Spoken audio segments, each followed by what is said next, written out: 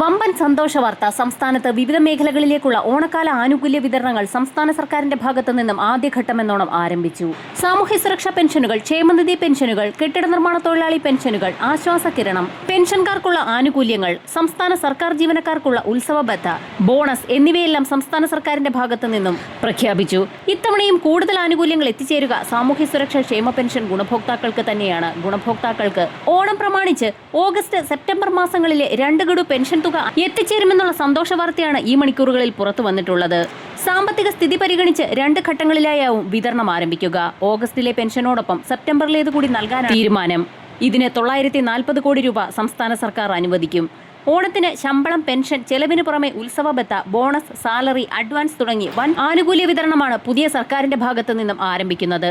ഈ സാഹചര്യത്തിലാണ് കിടപ്പ് രോഗികളെയും ഭിന്നശേഷിക്കാരെയും പരിചരിക്കുന്നവർക്കായി സാമൂഹ്യനീതി വകുപ്പ് നടപ്പിലാക്കി വരുന്ന ആശ്വാസകിരണം പദ്ധതിയുടെ പ്രതിമാസ ധനസഹായം 600 രൂപയിൽ നിന്നും 1000 രൂപയാക്കി ഉയർത്തി മുഖ്യമന്ത്രി പ്രഖ്യാപിച്ചത്. ഇത് സംബന്ധിച്ച് സർക്കാർ ഉത്തരവ് പുറപ്പെടുവിച്ചു. സാമൂഹ്യ സുരക്ഷാ മിഷൻ എക്സിക്യൂട്ടീവ് ഡയറക്ടറുടെ ശുപാർശയുടെ അടിസ്ഥാനത്തിലാണ് ഉത്തരവ്. ക്ഷേമ പെൻഷൻ തുക 3000 രൂപയിലേക്ക് അടിസ്ഥാന പെൻഷൻ ഇനത്തിൽ ഉയർത്തുമെന്ന് സർക്കാർ അധികാരത്തിലെത്തിയപ്പോൾ പ്രഖ്യാപിച്ചിരുന്നെങ്കിൽ പോലും ഓണക്കാല ആനുകൂല്യ വിതരണ നടപടികൾ പൂർത്തിയാക്കിയ ശേഷമാണ് പുതിയ പെൻഷൻ ലിസ്റ്റിന്റെ അടിസ്ഥാനത്തിൽ വർദ്ധിപ്പിച്ച പെൻഷൻ തുകയുടെ വിതരണം ആരംഭിക്കുക. ഇതിനു മുന്നോടിയായി ഗുണഭോക്താക്കളുടെ കൈകളിലേക്കുള്ള വിതരണം പൂർണ്ണമായും അവസാനിപ്പിച്ച ശേഷം കൈകളിൽ തുക സ്വീകരിക്കുന്ന 24 ലക്ഷത്തോളം വരുന്ന ഗുണഭോക്താക്കൾക്കുള്ള വിതരണം കൂടി DBT സംവിധാനം വഴിയാക്കും. കിടപ്പ് രോഗികൾ ഒഴികെയുള്ള മുഴുവൻ ഗുണഭോക്താക്കൾക്കും ഇനി മുതൽ ബാങ്ക് അക്കൗണ്ട് നിർബന്ധമാണ്. ഓണക്കാലത്തോടനുബന്ധിച്ച് കൈകളിൽ തുക സ്വീകരിക്കുന്ന 24 ലക്ഷത്തോളം വരുന്ന ഗുണഭോക്താക്കൾക്കും സഹകരണ സംഘം ജീവനക്കാർ വഴി തുക എത്തിച്ചേരും. എന്നാൽ ഗുണഭോക്താക്കൾ ഇതിന് യാതൊരുവിധ തുകയും ഫീസായി നൽകേണ്ടതില്ല എന്ന് ധനവകുപ്പ് വ്യക്തമാക്കി.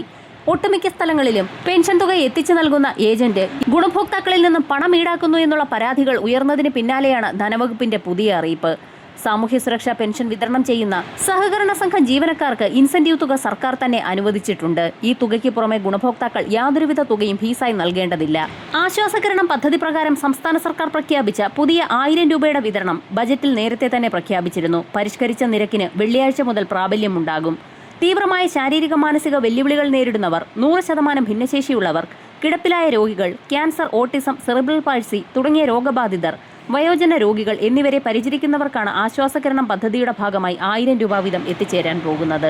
ഇതിനു പുറമെ സംസ്ഥാനത്ത് ഓണക്കാല വിതരണത്തിന്റെ ഭാഗമായി ഉത്സവ ബത്തയുടെ ആദ്യഘട്ട വിതരണം സംസ്ഥാനത്ത് ആരംഭിച്ചു. തുക ഗുണഭോക്താക്കളിലേക്ക് എത്തിച്ചേർന്നു തുടങ്ങി. ബോണസിന് അർഹതയില്ലാത്ത സർക്കാർ ജീവനക്കാർക്കും പ്രത്യേക ഉത്സവ ബത്ത ലഭിക്കുന്ന തരത്തിലാണ് തീരുമാനം. സർവീസ് പെൻഷൻകാർക്ക് 1250 രൂപയുടെ പ്രത്യേക ഉത്സവ ബത്ത ലഭിക്കും. പങ്കാളിത്ത പെൻഷൻ പദ്ധതി പ്രകാരം വിരമിച്ച പെൻഷൻകാർക്കും പ്രത്യേക ഉത്സവ ബത്ത അനുവദിച്ചിട്ടുണ്ട്.